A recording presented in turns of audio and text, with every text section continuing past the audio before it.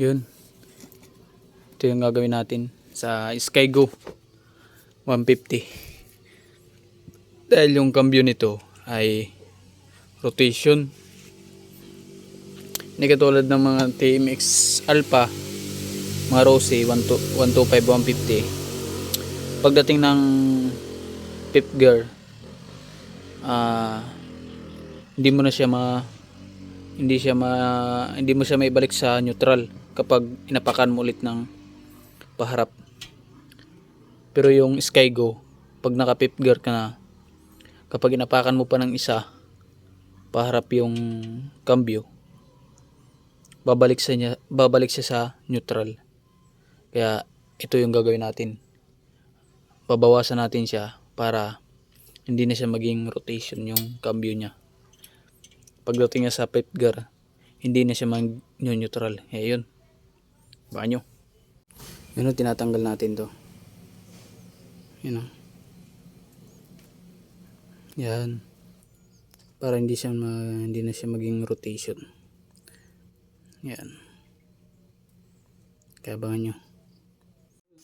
Ayun na po, natanggal na po natin yung isang ngipin.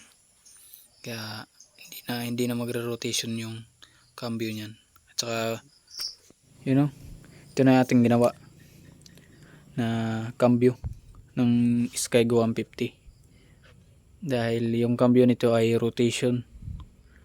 Kahit na naka-neutral, pwede mo na siyang ilipat sa kinta. Ngayon, no. Yan.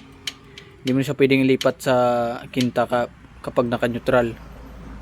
Pero dati, malilipat mo siya sa kinta. Ngayon, hindi na. Ayan o. Primera. Segunda. Tercera. Kwarta. Quinta. Ayan o. Hindi mo siya malilipat sa primera kapag nakakinta ka. Kasi dati, pag nakakinta ka, pag inapakan mo pa ng isa, mag-neutral. Kaya medyo delikado din yung ganun. Kapag nakakinta ka na tapos biglang mo maapakan yung cambio, biglang mag-neutral. Yan. Okay na. Wala na. Hindi na siya rotation.